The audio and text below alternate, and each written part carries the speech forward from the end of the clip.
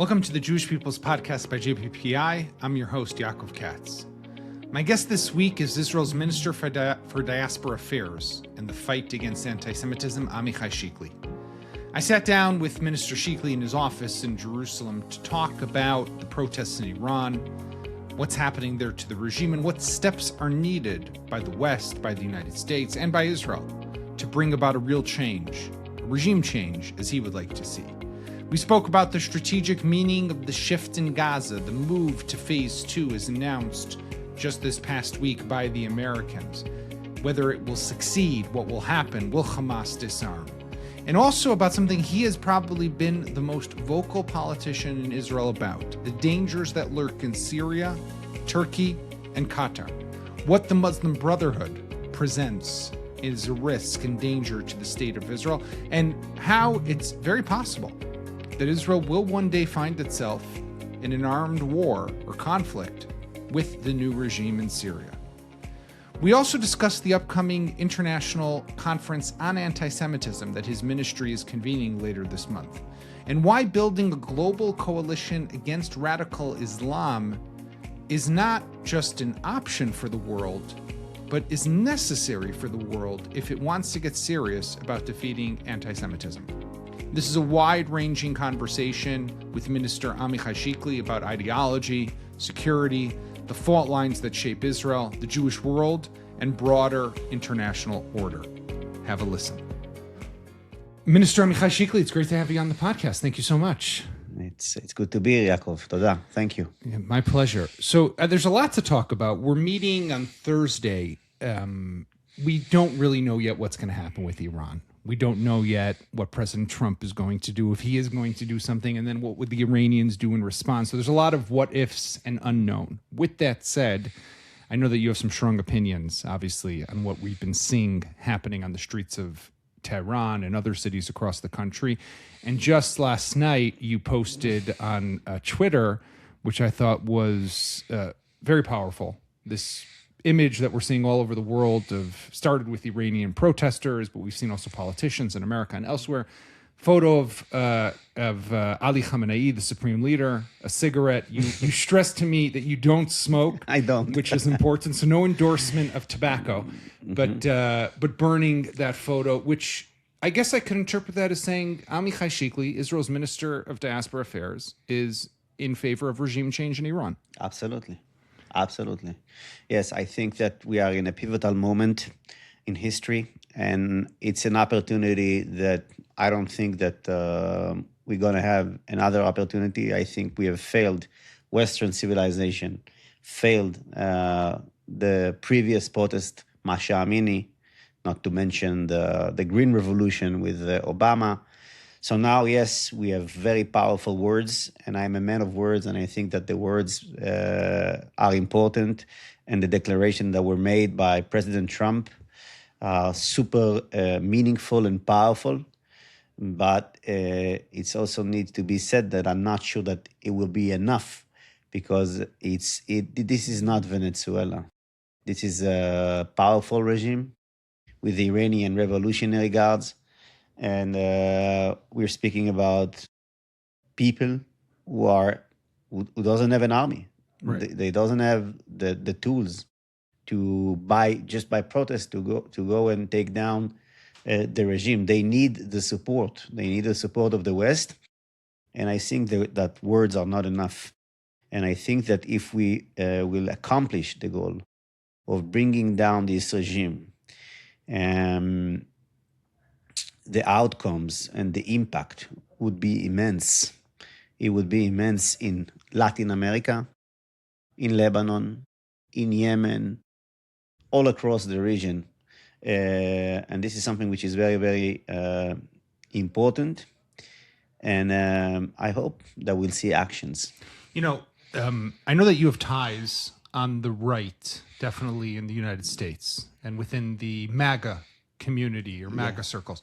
There are people there who will tell us, I'm guessing, and I've heard this even from Steve Bannon, for example, who has said, look, what happened in the 12-day war in June was Israel dragging America into a war. There are people within those circles who, and we're we're hearing reports, for example, J.D. Vance, the vice president, is not enthusiastic of American military intervention. Now, we don't know yet, obviously, what will happen, if anything will happen, so I'll keep on caveating that. But what would your argument be to these people who say, well, America, because you're saying we need action, but America shouldn't get involved. This isn't our problem. What would you respond to those people? First, it's very different from the 12 Days War. The 12 Days War was a war between Israel and Iran. Here, that's a totally different situation. Here, what we have is people fighting for their freedom against a tyranny, a dictatorship, a brutal dictatorship that is spreading violence and terror even to the Americas. So if you're claiming that Venezuela is important and changing the regime, actually, it's not really changing the regime in Venezuela because we had election and the election was stolen by Maduro. So it's not like he was somehow elected in any normal or democratic process. That's not the case. But if you're saying that what's happening in Latin America impacts America, if you're saying that you are against these drugs deals, beware that Iran and Hezbollah and all these ecosystem of money, of terror and drugs, this is super, super relevant. And it's far beyond the borders of the Middle East. This is far beyond just the issue of Israel and Iran. When you look at the world, there is no vacuum. Right. So you can say, okay, it's none of my business. So you will have Iran as a superpower. And we know that Iran, take a look at Ukraine. Where does the drones that are landing on Kiev are coming from? Iran. They are coming from Iran. So to look at the world in a segregated dimension, that there is no connection between what's happening in Iran and what's happening in Kiev, or even Taiwan, or even Venezuela, everything is connected. Mm-hmm. Everything is connected. And therefore, America would need to step up in this case. Yeah, look, you can say we don't want America to be a superpower. That's an argument that you can say, mm-hmm. and that's a whole other discussion. Right.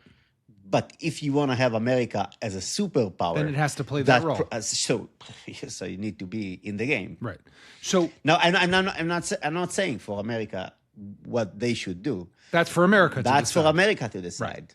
Right. I would say that as a fan of Western civilization, of the idea of freedom, of the sacred of human life, I think America has a very crucial role to play in worldwide, and therefore that's how I see. Like I have expectations from America because I see America as an idea, not just as a state. But that's how I look at America, as a beacon of light, of freedom. But America can choose not to be this kind of a superpower, and it's for the Americans to decide. But something that you said there about how complicated it is to achieve a regime change. It's not something that you just snap a finger. Absolutely. They don't have the military force. I mean, you'll like this one, but you probably remember this, 2011 or 2012, Ehud Barak, who was then the defense minister, said Assad will fall within 6 months. Yeah, I know you like Ehud Barak. No, I'm kidding. And Assad then stays in office for 12 years, right? Now, this was Barak when he was defense minister with intelligence and the most classified information. So as someone explained to me on Iran in America, it could take a day and it could take 10 years, right? No one knows exactly how quickly this will go. Absolutely. What do you think the Iranian people want from the world right now? Beyond keep fighting, keep going out to the streets. So first, I think that leaders needs to speak out.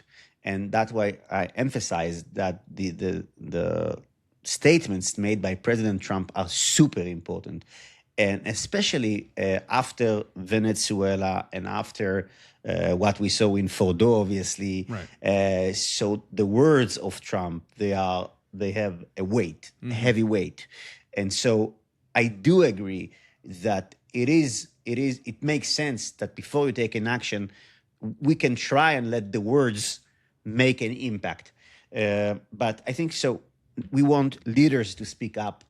I haven't heard the EU speaks up. I haven't heard the UN speaks. I haven't heard Amnesty even saying the word Iran. By the way, not to mention, I was looking at Harvard Yard and Columbia University. And it's all empty. It's empty. Where is everybody? Yeah. How come they're not out on the streets? Innocent people being murdered. Yeah. Nothing. Fascinating. It's just the hypocrisy yells to the heavens, as we say in Hebrew.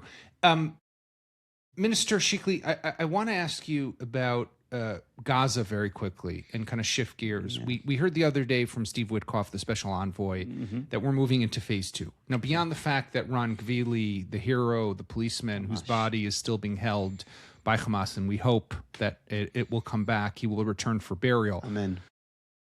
There is going to be a technocratic government. They've rolled out the names of these Palestinians. I personally don't know many of them, but there's some reports on some of them having ties to Arafat back in the day and having ties to PFLP, one of the terrorist groups. What do you make of the move to phase 2? And I mean, can we really see a disarmament of Hamas? Is that even possible? Well, look, the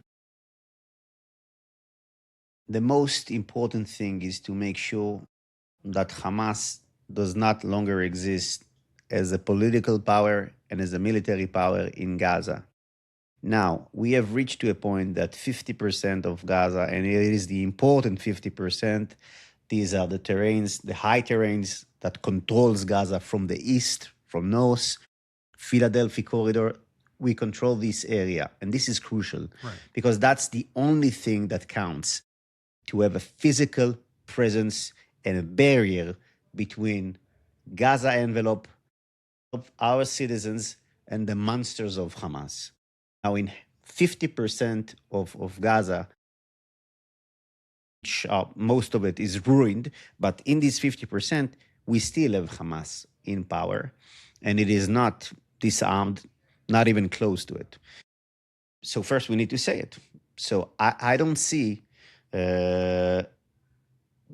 what exactly happened that we can declare that we are in stage number 2.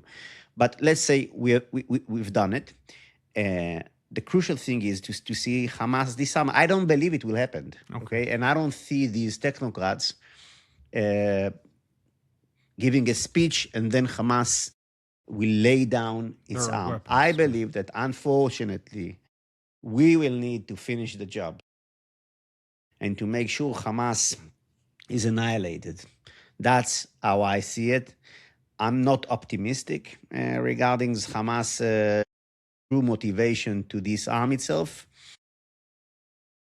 And therefore, I think for us, the most important thing is not to move an inch from the yellow line. So the zone that Israel currently controls, which is about 50% more or less of Gaza, don't pull back from it. Never. And what you're also saying is that eventually, in other words, give it a chance, see where it goes, but eventually we're going to have to go back in. We need to be ready. Mm-hmm. Which means... And let's just remind, a week ago, there was a rocket. Right. It didn't hit, it fell short, but there was a rocket that was being fired from this 50% that is controlled by Hamas. So Hamas hasn't changed, it won't change. And by the way, Hamas headquarters are now in Turkey. Right. So we also need to bear in mind that the threat that is coming from Hamas as an ideological threat and terror activities we can find terror activities tomorrow morning in Austria, as we saw the reports on Hamas weapons that were hidden in Vienna or in any other site in Europe. Hamas still exists and is operating mainly from Turkey. And we need to be ready for the war against Hamas to be renewed in Gaza. If they will lay down their arms voluntarily, that would be very nice, but I just don't see it. But it sounds more like a fairy tale at this moment. A fairy tale, absolutely. You mentioned Turkey. You have been probably within the Israeli government, I would say, the most vocal critic of the Al-Julani, Ashara government in Syria. You know, everyone remembers HTS, Hayat Tahrir al-Shams, barreling through the country, taking over. This man who was yesterday Al-Qaeda, wearing army fatigues, now wears a nice tailored suit, Yeah. trimmed his beard, wears a nice watch, and talks as if he wants to. And even play basketball. And even plays basketball. That's right. I saw him make a few shots. It was nice. But it's no secret, though, that we, the Israelis, your government that you're a member of, is holding talks. Just a few days ago, there were talks in Paris. There were with Shobani, who is the foreign minister of the Syrians. And we're trying to get to some, maybe not yet normalization, but some sort of security arrangement. Ashara's patron is Erdogan in Turkey. I mean, explain to me your opposition to what the prime minister is trying to do, because you don't stop it. Also, you are very vocal and public about it. Yes. So first, I don't think that I have a disagreement here with the prime minister, and the discussions that are being held are not for a peace treaty with Syria. There won't be Abraham Accords with Syria in the near future. That's not an option. The conversations are regarding ceasefire lines and how exactly is the separation in between us and the Syrians will take place. It's different from saying peace talks. There will be no peace with the jihadist fanatic regime who is, as we speak, committing war crime and ethnic cleansing of Kurds in north Syria. We saw what happened just recently in Aleppo, and what's happening now in Rojava. And I think that it's a catastrophe. We saw what happened with the Alawites. More than 1,000 men who've been slaughtered, butchered, their villages burned. Then we saw what happened next in the south of Syria, in Sweda with the Druze. Now we're seeing what's happening with the Kurds. And by the way, it was the Druze leader who recently came out and said it was Israel that came to our rescue. Israel, I'm very proud that we've managed to support and help the Druze. I think it was crucial, important. But then again, it's not enough. Minorities in Syria are in a huge threat.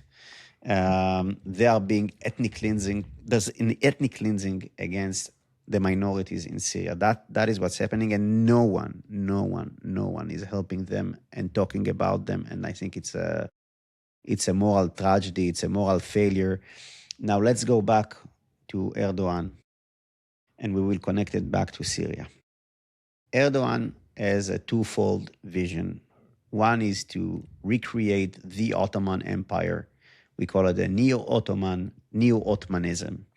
Okay, so he wants to be this emperor. He wants to be a sultan. That's his vision. We can see it in the Middle East, especially in Libya. We can see it in Syria. Also, he has aspiration regarding, I think, Lebanon and if I'm Jordan, I wouldn't be very, I won't be quiet, okay? Because his ambitions are very, very, let's say, wide. Mm-hmm. Second, we can see Gaza too, to some extent. He would like absolutely, right. And also Gaza. We can see what's happening in Africa.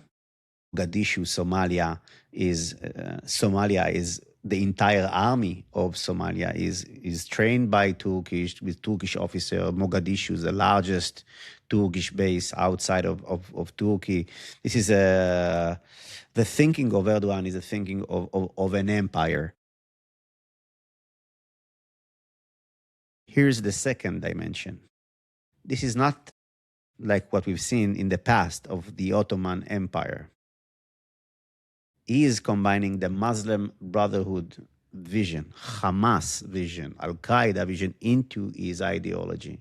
He's not just an emperor, a dictator, but he's also a jihadist in his soul. And this is the part that many leaders in the West fail to see. Erdogan's party, AKP, and Erdogan himself is a fanatic jihadist in the state of mind. He wants to create this empire to also create this caliphate and to force Sharia law. This is religion. This is ideological. Yes. So it's not just about power. It's also about religion and ideology. fanatic ideology, Islamist ideology, Muslim Brotherhood ideology. So I think it's very positive to ban Muslim Brotherhood activities in Jordan and which Egypt. The president, Trump just did. But the main power of Muslim Brotherhood is Turkey and Qatar. So this is the ideology of Erdogan. Now, Ashara, Julani, whatever you call this jihadist, is the founder of Al-Qaeda in Syria, a former leader of ISIS. He hasn't changed his ideology, and we can see his actions as a leader, going back to the massacre, insane massacre. The Alawites are our enemies. They were the elite of the Syrian army. We were fighting the Alawites. Family comes from but the Alawites. Even as enemies, I cannot tolerate what I saw that is being done against the Alawites as a human being. What we're seeing is insane. And it's obvious for us that their vision is clear. You say, Hayat Tahrir Hasham. Okay. Hayat Tahrir Hasham, meaning the liberation organizations of Asham. What is Asham? You better know what is Asham. I'm not sure people know what's Asham, including senior people. Asham is not Syria. Asham is Lebanon. Asham is Israel. Asham is Jordan. It's the wider region, yeah. It's not the entire Middle East, but it's the Levant. Yeah. Okay? And the mission of the jihadist army of Julani, which is a mishmash, we see the pictures. They have warriors coming from the Uyghurs in China. They have warriors coming from Pakistan. They have endless Europeans who are flying to fight and to massacre these and rape these Kurds female warrior. That's what's happening as we speak now.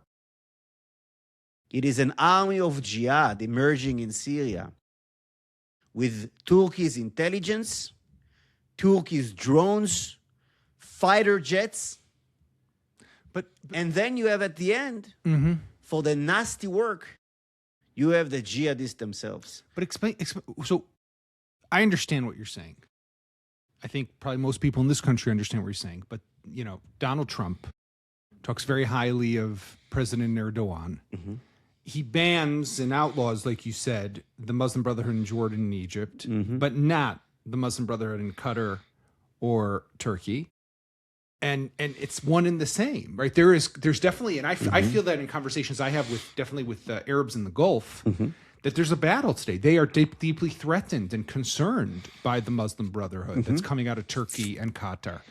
I mean, what does America not understand here? What are they missing? So I think that Trump, which I admire, and I think we owe him a great gratitude for the Abraham Accords, the Golan Heights, the embassy, Bordeaux, and he's the greatest friend we had in the White House in the history of Israel. And let's say before everything. And I'm sure we're going to miss him also. I don't see anyone in his scale, in his love for Israel. I truly admire this man. Going back to Qatar and Turkey, Trump admires power and success. His glasses, he sees the reality through the lenses of business and success and powerful men and weak men. And the ideological dimension is not always there in understanding the nature of the Muslim Brotherhood, and that is something which I think is missing, and sometimes it's not. I don't think it's him. It's more of sometimes senior advisors like Tom Barak, who is the U.S. ambassador to Turkey and also the envoy to Julani. Yes, and I think that the prerogative that and the doctrine that sees Julani as a positive force is completely wrong. And that's unfortunate. And regarding Qatar, well, Qatar is the capital of the Muslim Brotherhood. It is the engine of poison of Muslim Brotherhood propaganda worldwide, mainly through Al Jazeera, but not just through Al Jazeera. In the US, there's a wide discussion about FARA. The Foreign Agent Registration Act, right. Qatar bought America's Ivy League university. Yeah. End of discussion. Everything we saw after October 7th is Qatar influence operation. So when you see protests in college campuses, this is all they're behind it. Yeah, and they have managed to infiltrate and to have the heads of the schools, the heads of this institution that couldn't even say a word against anti-Semitism. We all recall these Alice Stefanik in the hearing for these leaders and top professors. And so this is something that needs to be addressed. I think that there are many people in the US that gets it. I think it's a major threat for America from the inside with SJP and CARE and Engage and all this Islamist organization. Take a look at what's happening in Dearborn, Michigan. Right. Okay, I think and for the Americans, I would say, take a look at Belgium. Take a look at London, England. Do you want to be next? Mm-hmm. And that's where things might be headed. I want to, on that point, we're sitting here just about a week and a half before you convene a large anti-Semitism conference that under the auspices of your ministry, bringing together people, guests from around the world. I want to talk about the conference. First of all, I've registered, so I hope to see you there. Yeah. But you have a list of speakers who, when I was looking through it, it's not what I would expect to see as the classic group of people who are coming to a conference against anti-Semitism. Lots of European politicians. Yeah. Lots who come from what could be described as the far-right parties, Vox in Spain, National Rally in France, Hungary, and others. This caused some controversy back in March when there was another conference, and a lot of Jewish leaders from the ADL, I think it was people from the UK, said, look, we're not going to participate if this is the case. So explain to us, if you can, what's the thinking behind bringing this group specifically together? It's very simple. Look, we have a problem of anti-Semitism on the far right. We have neo-Nazis. We have Tucker Carlson and Candace Owens and the conspiracy theorists and Nick Fuentes. And we have a problem of anti-Semitism in the far right. And this problem can also be translated into violent and into real casualties with this incitement and conspiracy theories being pushed forward. By the way, I think that also here, Qatar is heavily invested. But when you look at what I call lethal anti-Semitism, take a look at Bondi Beach. 15 people were butchered, were hunted with shotguns on Bondi Beach in Hanukkah. Manchester, deadly assault on Yom Kippur. Boulder, Colorado. The most dangerous threat for Jewish communities in the US, in Canada, in Australia, in the UK, Europe, coming from radical Islam. Radical Islam is not the problem of solely the Jewish people. And I think that for us on the strategic level, we need to collaborate and to form a coalition against radical Islam.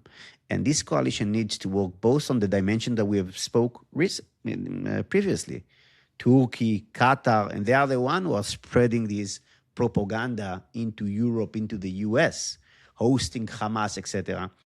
But also when it comes to combating anti-Semitism, I think we need to form coalition, okay? To form coalition to work together against radical Islam.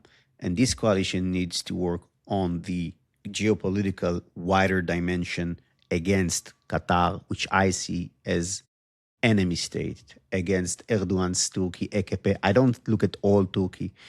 Turkey is a dictatorship. half of the population is not represented. Most of the opposition leaders are in prison. It's a country that jails the most journalists yes, in the world. Most of the journalists. They are next, by the way, after, and there's a reason why they are terrified by what's happening in Iran. And so this is on the geopolitical level, but also within Europe. Take a look, or Australia. We are 2 months after the deadly terror attack on Bondi Beach. Albanese, up till this moment, Prime Minister, didn't mention the term radical Islam. Mm-hmm. He was talking about hate speech, about gun control.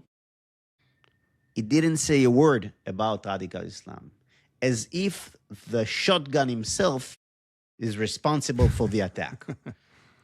Mm-hmm. Ridiculous. Yeah. But when it comes from a head of a state like Australia, the ridiculous becomes a tragedy. And by the way, I mean, if we think about Australia for a moment, when there were people marching down the bridge of Sydney. Absolutely. 4 months ago. Chanting globalize the Intifada, Yeah. which is basically, let's go on a death mission Yeah. against the Jewish people in the state of Israel. Waving. Also there, they just let that slide. Waving Al-Qaeda flags, ISIS flags, saying this was a moment of unity. Right. Yeah. So basically bringing these people together is working towards that coalition that can then also fight anti-Semitism. These are the forces who say we have a problem with radical Islam. But you see, some people, Amichai, will say, okay, but these parties, they're by being anti-immigration, or some of them have pasts that are controversial, let's say, when it comes to the Jewish people. And some of them have roots in anti-Semitic parties, but also even more so if we think about today. Today they're against the Muslims, and tomorrow could be against the Jews of France or the Jews of Spain or the Jews of Belgium. So this is where research needs to be made, and also conversations with the leaders themselves. There is no party that we haven't checked very, very carefully what are exactly the opinions of the leadership, what are the steps, statements, actions that are being done to combat anti-Semitism. I first and foremost believe that people can change, parties can change. I believe in tshuva. I think it's a Jewish value. And I think that when you take a look at the Rassemblement National, we all understand that the father of Marie Le Pen was an anti-Semite, and we don't forget it, and we don't think it's something that we also forgive. We don't forget, we don't forgive. But when Marine Le Pen decided to stand with the Jewish community on October 7th to march against anti-Semitism, when she speaks against Hamas, when she speaks against the ICC and the ICJ, when she's saying that she's committed for the Jewish community, she and also Jordan Bardella. So I think that it would be very unwise to say, okay, we will continue to ban this party because of the past. Different case is FPO in Austria. They're not coming to the conference, and that is because of the past. And I told to the people in FPO, without a clear statement saying that you reject the leaders of the party in the past who were Nazis, and we also, it's important to understand, Nazism was born in Austria. Right. Hitler is from Austria. Mm-hmm. Eichmann is from Austria. This is the real hotbed. This is the source of this poison of the race theory and the philosophy that created the Shoah started in the University of Vienna. Okay, this is something which is important to understand, and therefore, in this case, we need a clear statement from the leaders of it. But we don't have it yet. We don't have it. So then they're not coming. So they're not coming. So it's not automatically that if you are against radical Islam and you are on the right, so we will have you with us. I hope, by the way, it will change. I hope they will make these statements, and we will be able to work with these parties in the future. How do you see the role, though, of your ministry and the government beyond the conference? What can Israel do? What can you specifically do to help Jews outside of this country combat anti-Semitism? So first, I think that forming this kind of coalition and building the bridge with Vox, that's it's a very good example. When you have here Sanchez coming at the evening where we have released the first deal of the hostages, women and children, and you have the Prime Minister of Belgium and the Prime Minister of Spain, Sanchez, standing in Rafah corridor, kidnapping the event to promote their fanatic pro-Hamas, pro-Palestine propaganda. The ability to collaborate with leaders such as Abascal, okay, in Spain, and to bring him here to meet Netanyahu, to be in the city, in the city of David, etc. These kind of actions, or with Bardella, who came to the previous conference, or other parties such as Swedish Democrats and others, to form this coalition who goes against radical Islam. This is something which is very important. Second, on the more, let's say, day-to-day practical level, we offered now for the Australian police to come and train here on combating anti-Semitism, combating terrorism. We have done it with delegations of senior police officers from Czech and from Argentina and the NYPD, etc., etc. This is the activity that we do on a daily basis. We also provide professionals team to go after the attack in Bondi Beach, social workers, psychiatrists who are expert in dealing with trauma, terror trauma, and to train the local professionals to help the community. Jewish education is very, very important. Also, working against the BDS organization, exposing the leaders behind the Sumud flotilla. You had Greta at the forefront of the flotilla, but it wasn't very, very hard to find out that behind Greta, you have the real leaders of the flotilla. Saif Abu Keshk, Bassem Naim, the Muslim Brotherhood in Algeria, and the headquarters of Hamas in Turkey. They are the one who actually ran this Sumud flotilla. But some Jews outside of Israel, Yeah. and let's talk, I mean, specifically, I know best probably the United States. Yeah. Most of them liberal, most of them Democrats, most of them voters of Kamala Harris and not Donald Trump. We know that from the numbers. They would look at you and the government here in Israel and say, you know what, you're not helping us, right? Your policies, the way you prosecuted the war in Gaza is what led to more anti-Semitism. No, it's wrong, because you saw that the huge demonstration started the day after October 7th Right. because of the enthusiasm of all these jihadist and pro-Palestinian fanatics who were just so happy with what they saw. That it gave them hope. October 7th created like a volcano of outbreak of anti-Semitism, because it gave hope for the haters of Israel that, hey, maybe we can undo the Zionist project. Maybe we can undo the state of Israel. That was the secret of October 7th in the eyes of our enemies. That was so crucial to defeat Hamas to the ground, to defeat Iran and Hezbollah, who joined the attack. And going back to, you mentioned Kamala or Biden administration has done nothing to combat anti-Semitism on the practical level. They offered a strategy led by Deborah Lipstadt to collaborate with Niad Awad and CARE on combating anti-Semitism. This is beyond... Well, because they always have to connect anti-Semitism with Islamophobia. It's beyond ridiculous. Yeah. Niad Awad gave a speech days after October 7th celebrating the massacre, saying, oh, the Gazan has broken the siege. That's how he saw this mass rape and murder of innocent people. He was celebrating the massacre.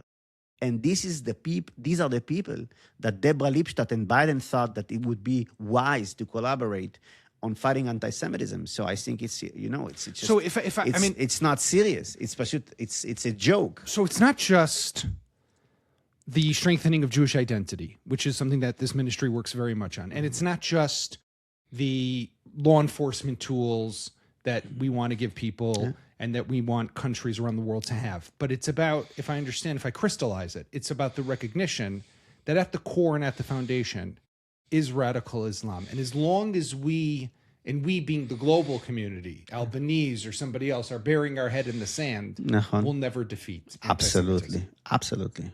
And that's the focus here. Absolutely. And there's a chance to change this. to overcome radical Islam. Well, we're not going to defeat them tomorrow, but do you feel that the needle is moving? Yeah, yes. Mm-hmm. Take a look at the public discussion on Muslim Brotherhood in the past year. It's crucially important.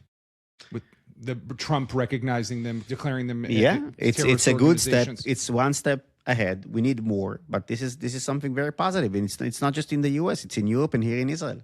Yeah. Okay. Minister Amichai Chikli, thank you very much for being with me. Thank you. Thank you for joining us on today's episode. As always, you can find us where podcasts can be found, the website of the Times of Israel, Spotify, Apple, and YouTube. We will be back again later this week with another episode of the Jewish People's Podcast by JPPI. In the meantime, be well.